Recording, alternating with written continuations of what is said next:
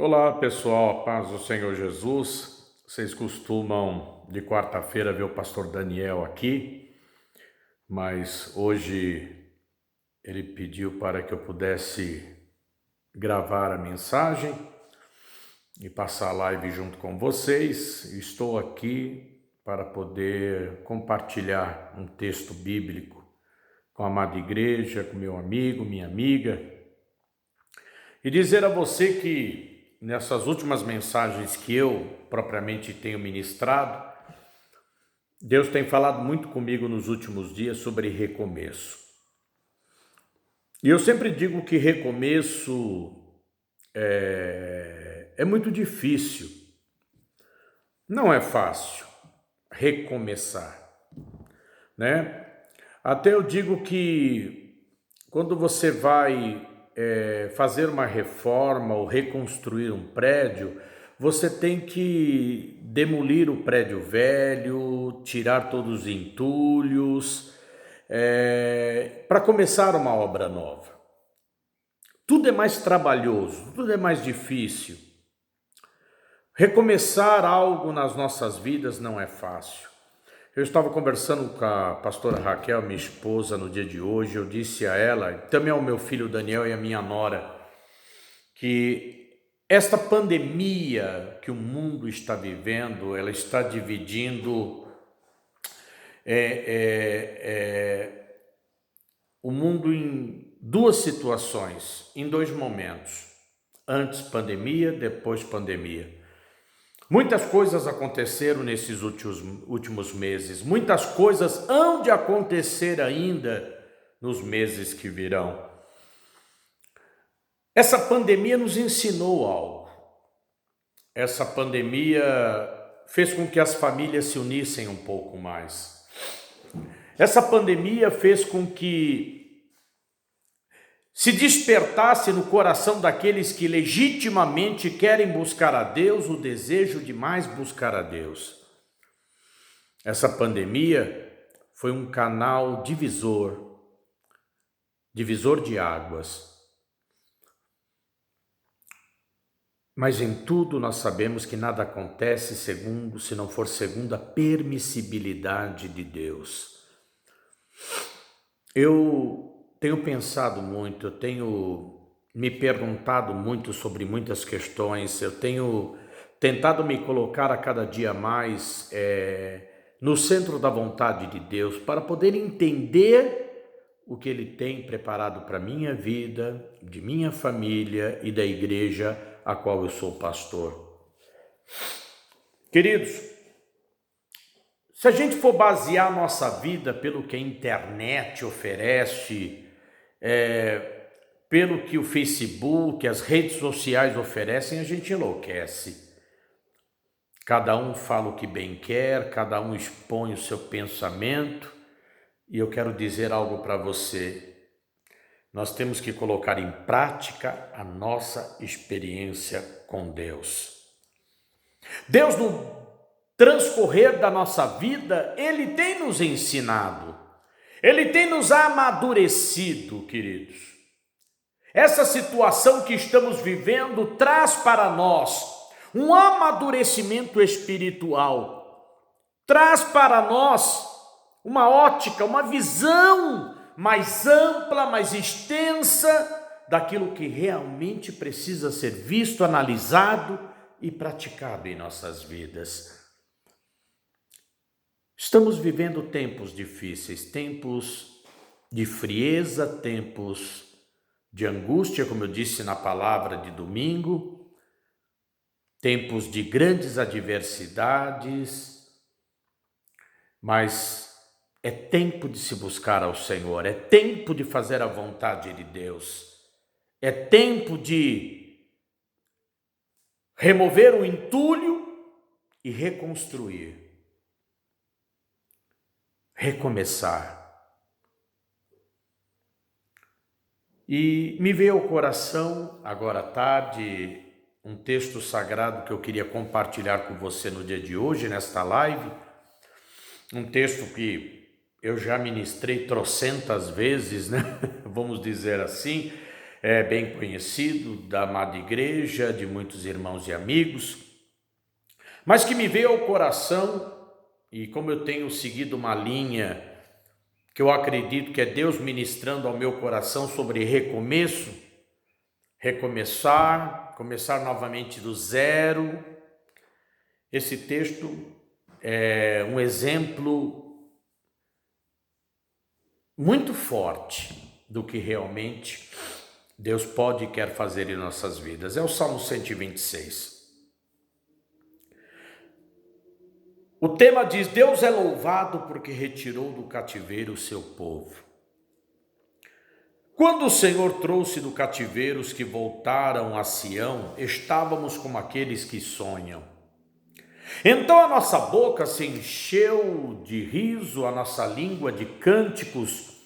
Então se dizia entre as nações: grandes coisas fez o Senhor a estes, grandes coisas fez o Senhor por nós, e por isso estamos alegres. Faze-nos regressar outra vez do cativeiro, Senhor, como as correntes do sul.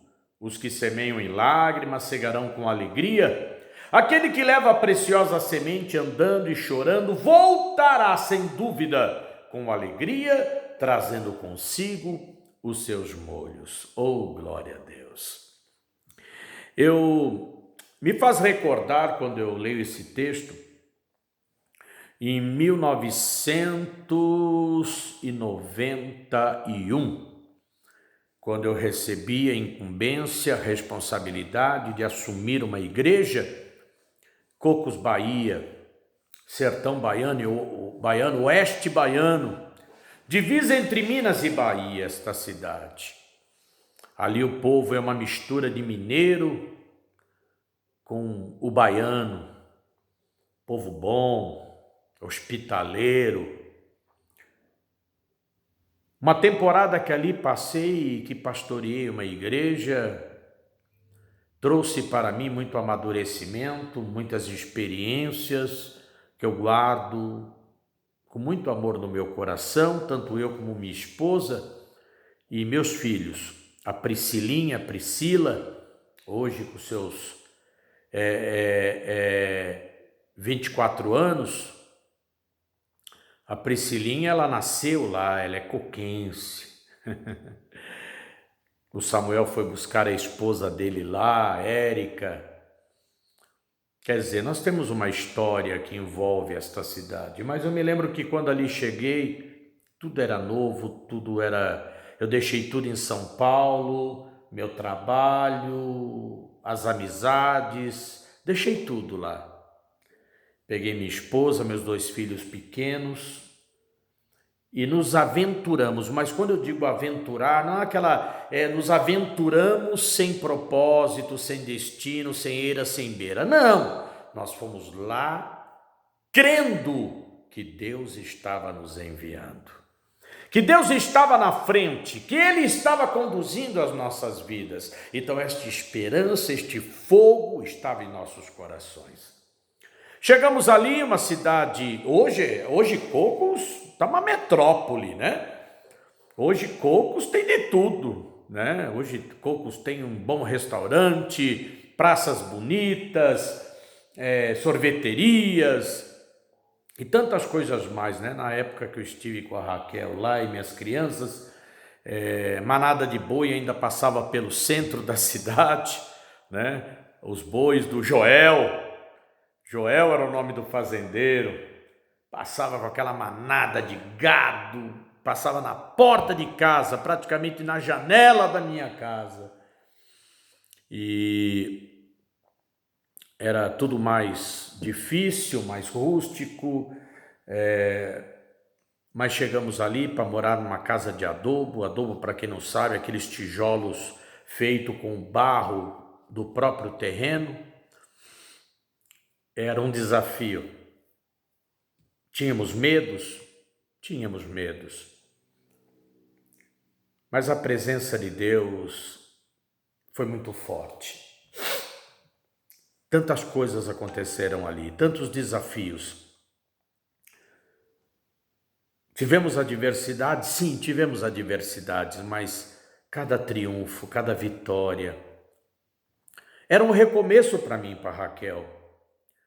Eu, pastor novo, ela jovem ainda, uma jovem senhora, 2 crianças pequenas, um povo que eu mal conhecia, na verdade não conhecia, comecei a conhecê-los melhor no dia a dia, na convivência. Logo Deus preparou que eu pudesse comprar um terreninho, na verdade eu não comprei, eu troquei com gado. E ali começar a construir uma casa, e desde os alicerces daquela casa, eu me sentia motivado porque era um recomeço, carregando pedra, fazendo buraco, ajudando o pedreiro, mas era um recomeço. O recomeço é sofrido, o recomeço é dolorido, o recomeço exige suor e até choro, mas o recomeço fortalece. O recomeço, ele faz com que você valorize toda conquista, você valorize cada dia, cada momento, cada instante, cada detalhe. Essa pandemia está trazendo recomeços para muitas famílias.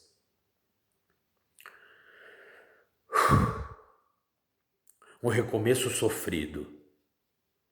Um recomeço onde muitos vão recomeçar envolvidos na dor, no sofrimento, molhados com suas lágrimas, por percas, e não só percas materiais, porque tem tanta gente preocupado com percas materiais. Olha a crise econômica do país, olha, e não, existe percas sentimentais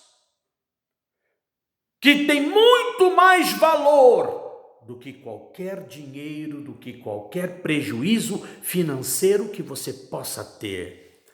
Muitos estão dizendo assim: olha, mas eu perdi tanto de investimento, o meu comércio fechou. Isso é triste, isso é deprimente. Quantos desempregados, quantos comércios fechados, tudo isso é muito deprimente, é muito triste, é de se lamentar. Mas eu quero dizer que existem percas irreparáveis.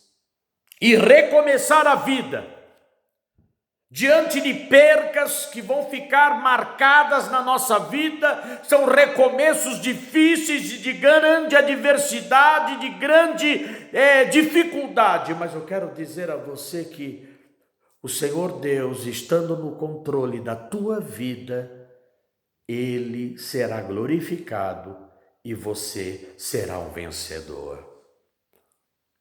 Queridos, esse texto que eu acabo de ler fala de um povo que está saindo do cativeiro. Está saindo do cativeiro, está saindo e voltando para Sião, para a terra prometida, para a sua terra, mas uma terra devastada, uma terra abandonada, onde tudo deveria começar do zero. Onde tudo, e a primeira coisa que deve se fazer é plantar, é lançar a semente numa terra trabalhada, arada, para que ela possa germinar a semente, para que possa crescer e frutificar, para ter alimento para sobreviver. São etapas. Não adianta, irmãos, a gente querer ultrapassar as etapas da nossa vida. Não adianta a gente querer que as bênçãos de Deus, que as conquistas venham muito depressa. Não, ela virá no tempo certo, na hora certa, da forma certa. Ninguém constrói um edifício pelo telhado. O edifício se começa pelas suas fundações, se começa pelos seus alicerces.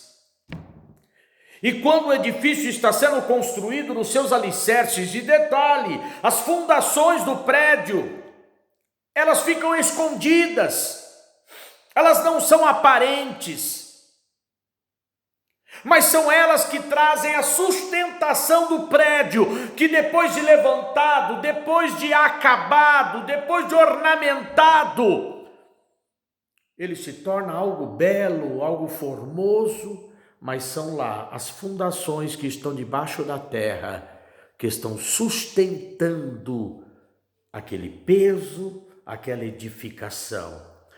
Então se começa por ali. Você não vai começar por cima, você vai começar por baixo.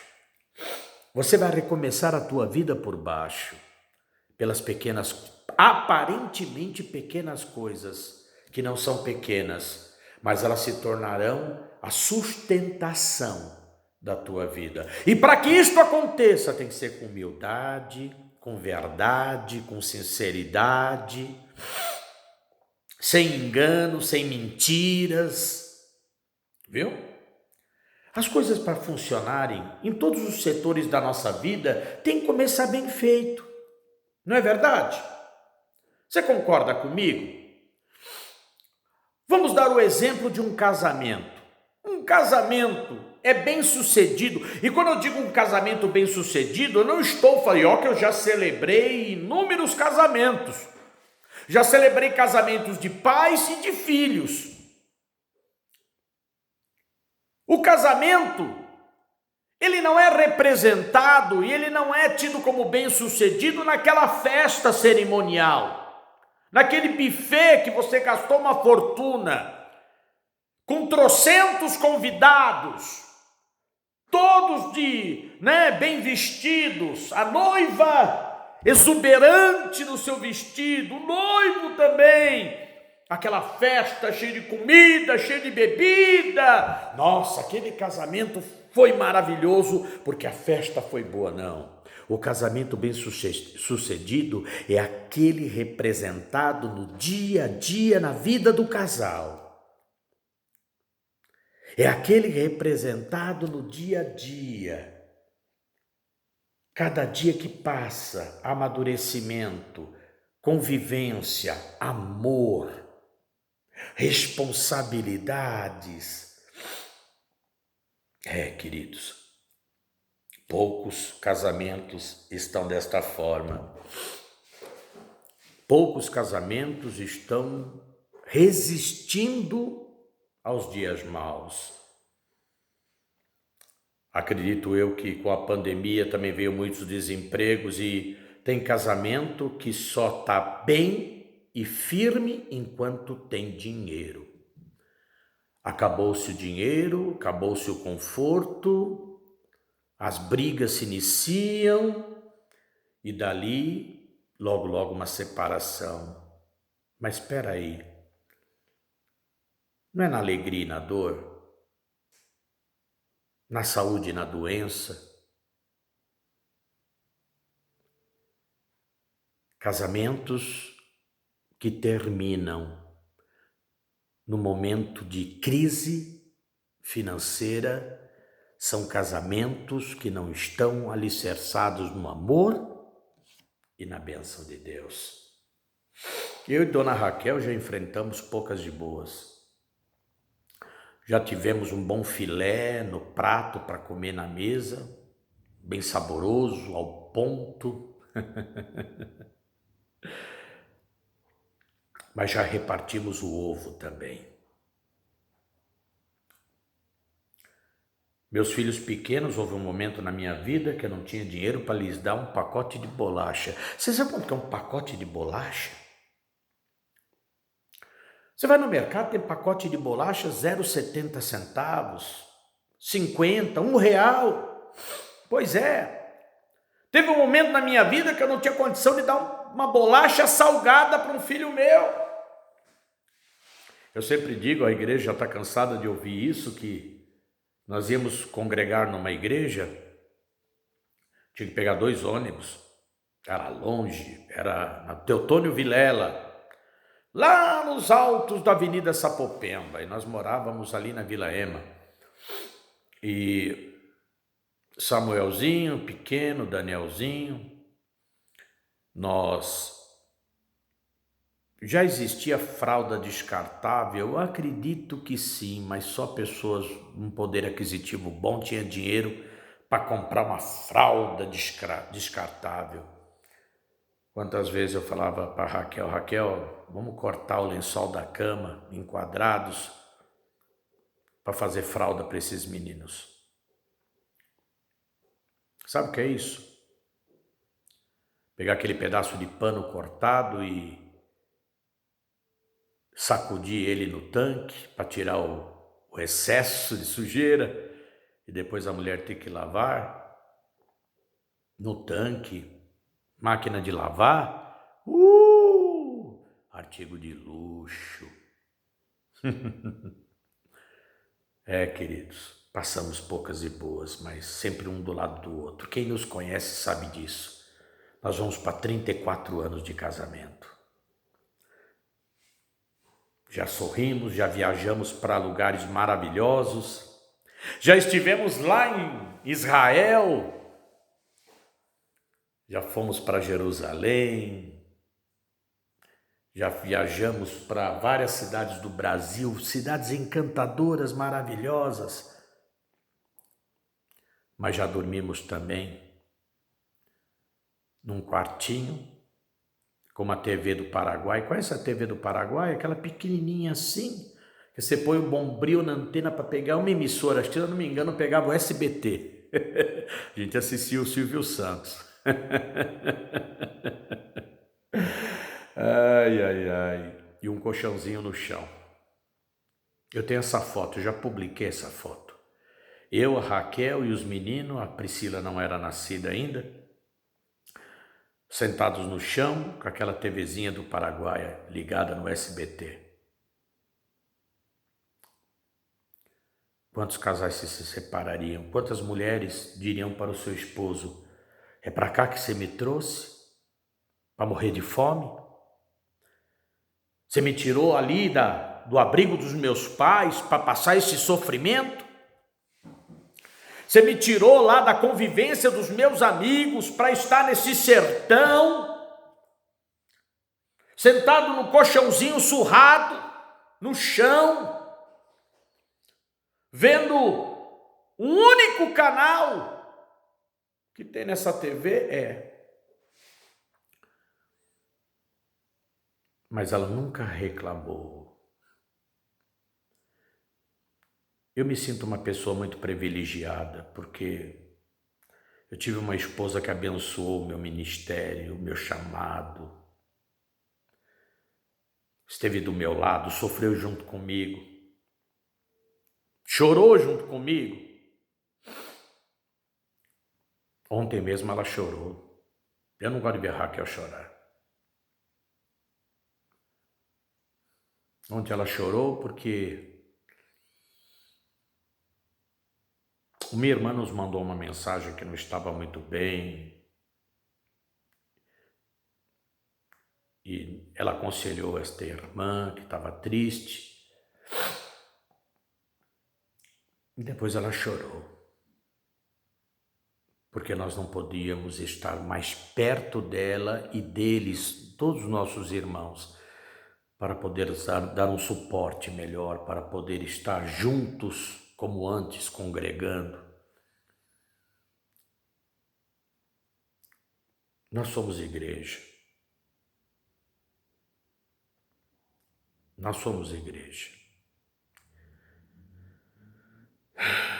Como disse, como escreveu esses dias, essa semana, um querido irmão nas redes sociais, que igreja é a comunhão. Sim, é a comunhão. E a comunhão, ela não significa simplesmente junção de várias pessoas no mesmo lugar.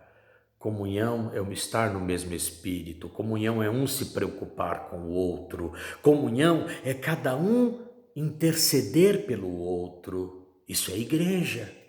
Eu posso estar longe de você e você de mim, mas podemos estar juntos no mesmo espírito, buscando a presença do Senhor e crendo que Ele nos sustentará. E como eu disse, no meio da prova e da dificuldade, quantos casais já estão pensando em separação, já estão pensando em cada um pegar sua trouxinha e ir embora para a casa da mãe, do pai, seja para onde for. Eu quero lhe dizer que o teste da sobrevivência na vida de um casal é este: é no meio da adversidade, é no meio do problema, é no meio da dor, é no meio do sofrimento, um dar a mão para o outro e dizer assim: não, lá no altar nós dizemos um para o outro na alegria, alegria, na dor, na saúde, na doença, e nós vamos estar juntos em nome de Jesus. E diz o texto sagrado, nesse texto, quando eles estão voltando do cativeiro, da servidão de 70 anos, e diz a Bíblia Sagrada que estávamos como aqueles que sonham. Por quê? Porque no meio da dor, do sofrimento, quando você vê uma luz, uma possibilidade de alegria, você muitas vezes, a princípio, ao primeiro impacto, não acredita. Será que realmente eu vou conseguir? Nunca diga, será que se eu vou conseguir? Você vai conseguir. Mas, pastor Marcelo, muitos não conseguiram, não chegaram, não importa. O importante não é chegar no objetivo. O importante é, ainda que você não resista ao chegar ao objetivo, você tentou, você lutou por aquilo. Queridos, a nossa vida nesse mundo é muito passageira. A nossa vida nesse mundo é rápido demais. Eu ainda brinquei com meu primo. Eu tenho um primo que foi criado como meu irmão, Daniel. Talvez ele até assista essa live. O Daniel, ele está morando lá em Itaúna, Minas Gerais, mas a gente se conversa semanalmente. Ele esteve aqui no velório da minha mãe. Quando posso, eu estou lá em Minas com ele. Nós fomos criados na mesma casa. Depois o pai dele, meu tio, mudou-se para Minas e aí houve essa distância, mas sempre que possível a gente está junto. E o que eu queria dizer a você dentro de tudo isso, que esse texto sagrado nos fala, presta atenção, eles estavam como os que sonham. Eles não estavam acreditando que era uma realidade, que era algo que estava acontecendo com eles. Algo que poderia realmente trazer alegria ao coração deles. Então a nossa boca se encheu de riso. E a nossa língua de cânticos então se diz entre as nações, grandes coisas fez o Senhor a estes. Você não tem que correr atrás de reconhecimento de ninguém. Você não precisa receber aplausos, elogios de ninguém. Mas eu quero dizer algo para você. Existe uma expressão, tem gente que vai até me censurar o que eu vou falar agora. Existe uma expressão muito usada pelas pessoas, né? Não o cristão, né? Até o cristão, essa é a verdade. Existe uma expressão, uma frase que é muito usada que, vocês me perdoem, tá? Mas eu vou falar. Quando a pessoa diz assim, ó, fulano, onde ele chegou? Olha aquela casa, aquela família onde chegou. Desculpa a expressão, mais uma vez eu vou falar. Olha, eles estão hoje na merda. O que significa isso? Estar na merda. A pessoa está mal, perdeu tudo, faliu, casamento acabou, família se dissolveu. Então existe a expressão popular, e eu quero usar essa expressão. As pessoas olham para aquela pessoa e dizem, vixe, a situação dela, eu conheci ela como ela estava antes, hoje ela está na merda. Só que, se a gente transferir para o texto a qual eu estou lendo com você, você não precisa e não necessita de elogios, ou de aplausos, ou de pessoas que te bajulem, que venham falar dos teus méritos ou não. Não, você não precisa de nada disso.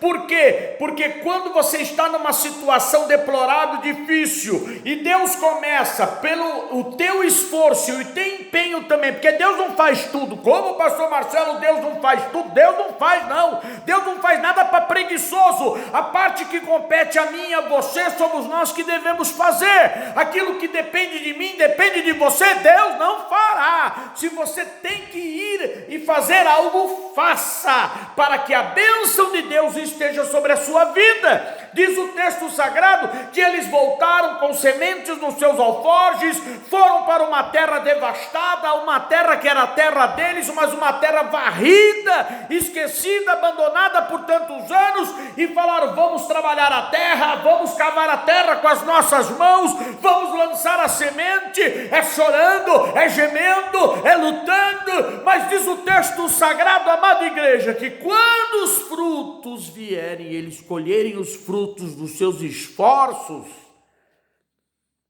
vão dizer assim o povo que te conhece: poxa,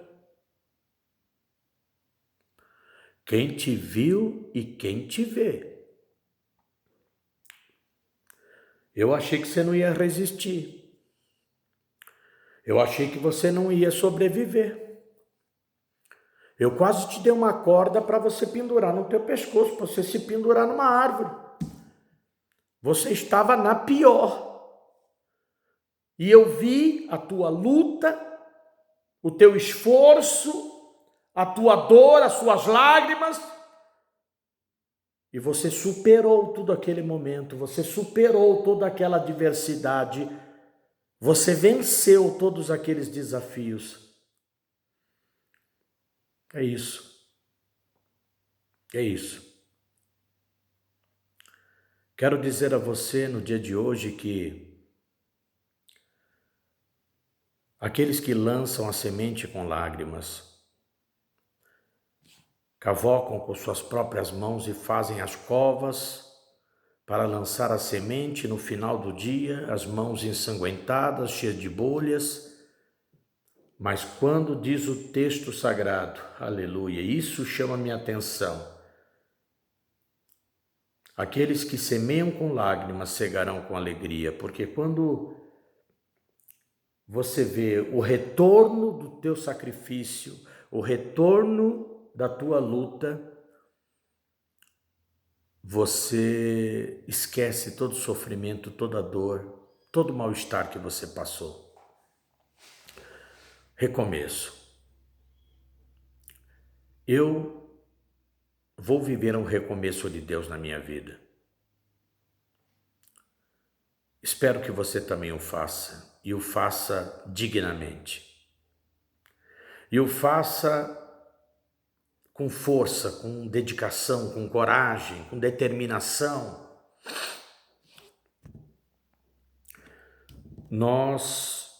Domingo passado, ministrei a palavra e torno a repetir: não espere momentos bons, ainda virá muita adversidade. Ainda virá muita diversidade, mas Deus é maior. Eu não abro mão do meu Jesus, eu não abro mão da minha fé, eu não abro mão dos meus princípios, eu não abro mão. Eu continuo firme no propósito a qual Deus me chamou e vou continuar nele até o fim da minha vida nesta terra. Pastor Marcelo, mas se tudo mudar, não, a minha fé é inabalável.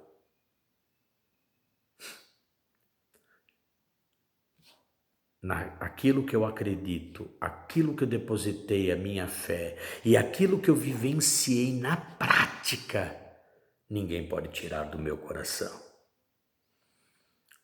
Deus quer te abençoar, meu querido, Deus quer te abençoar, minha querida.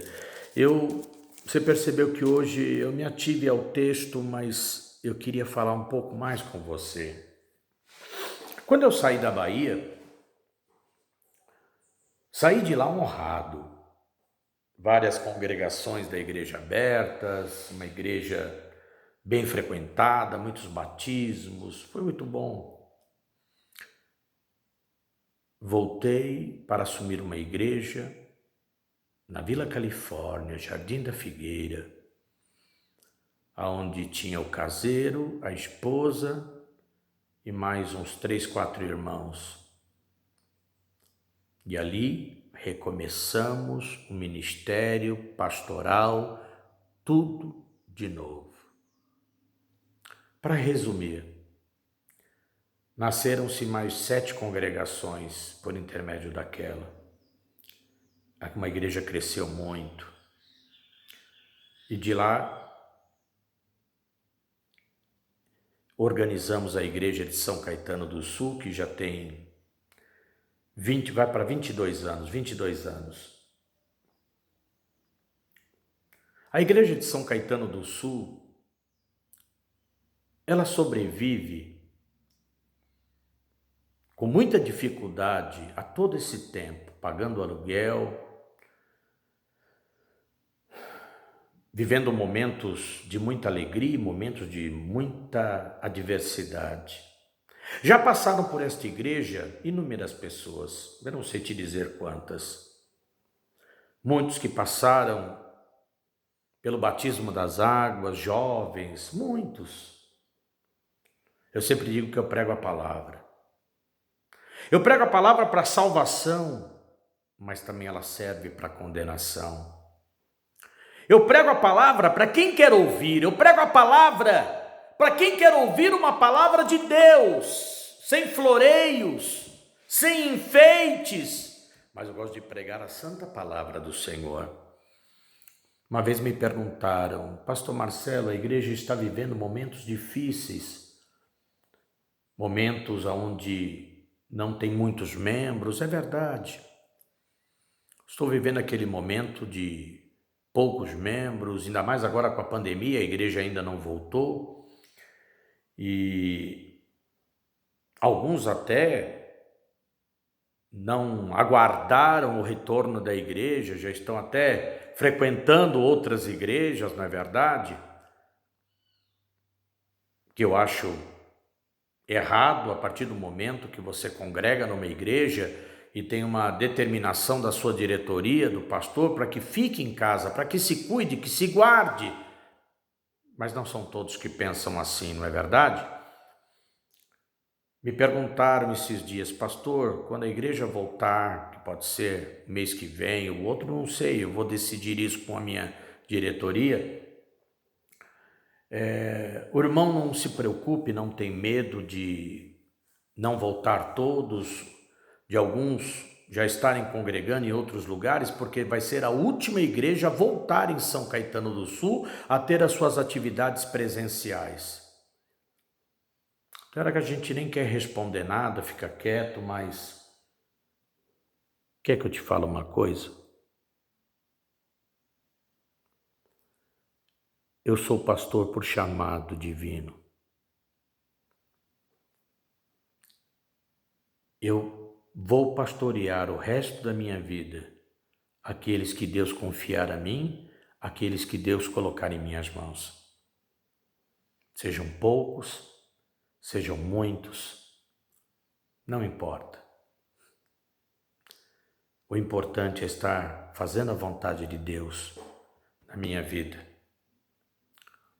Quem sabe eu não seja um exemplo para todos, mas eu procuro ser, principalmente, para minha esposa, para os meus filhos, noras e netos. Essa é a igreja maior que Deus vai cobrar das minhas mãos.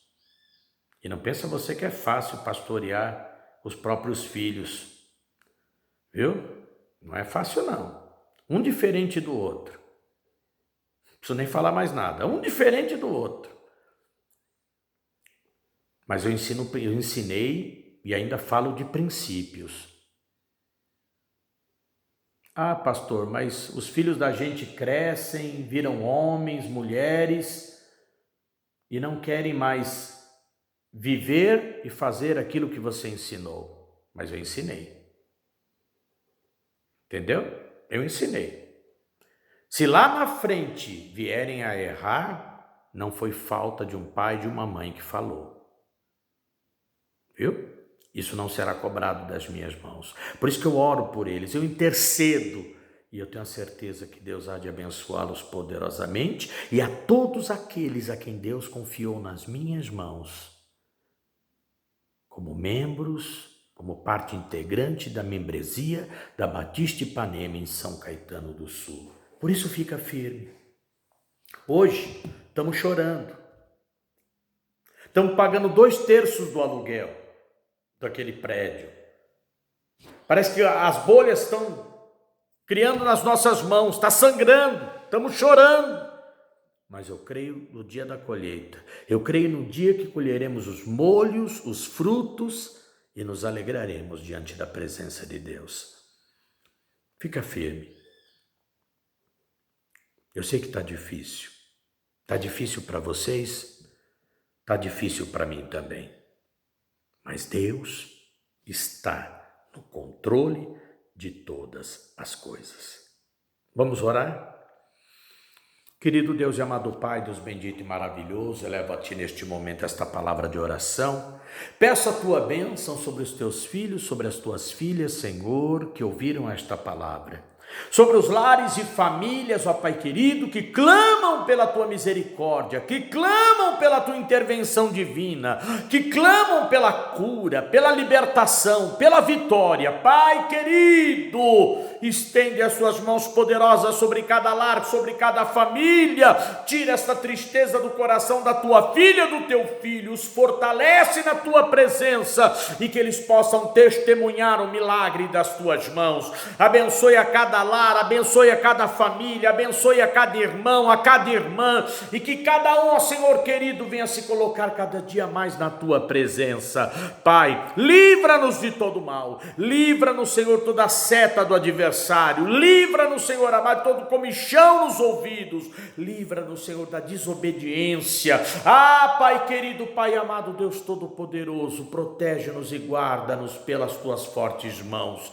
Pai, eu Te peço a Tua bênção sobre o Teu filho e sobre a Tua filha, em nome de Jesus Cristo, Teu Filho amado. Amém e amém. Deus abençoe tua vida. Até domingo, às 18h30, com a nossa live. Não perca o culto, esteja ligado e vamos buscar a presença do Senhor. Deus abençoe a todos e um forte abraço.